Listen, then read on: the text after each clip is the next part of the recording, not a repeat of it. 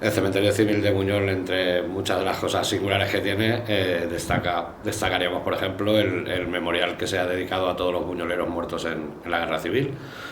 Pero lo curioso o lo distintivo es que están la gente de derecha y la gente de izquierda, todos los que murieron en la guerra, los que murieron fusilados.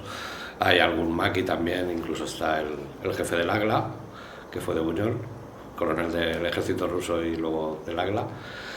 Y hace unos años se decidió hacer un memorial a todos estos buñoleros afectados por la guerra, sin tener en cuenta la ideología política que tenían. Aquí está en la zona civil, se plantó un olivo como símbolo de la paz y de la futura reconciliación, si es posible. Y nada, el otro hecho singular de memorial, que no mucha gente lo conoce porque está bastante escondido, es que aquí están enterrados varios de los niños que fueron evacuados de Madrid. Este memorial lo promovió el Ayuntamiento de Buñol, que en aquel momento estaba gobernado por Izquierda Unida, bueno, últimamente está Izquierda Unida y el PSOE, y fueron ellos los que lo promovieron y lo hicieron realidad, claro.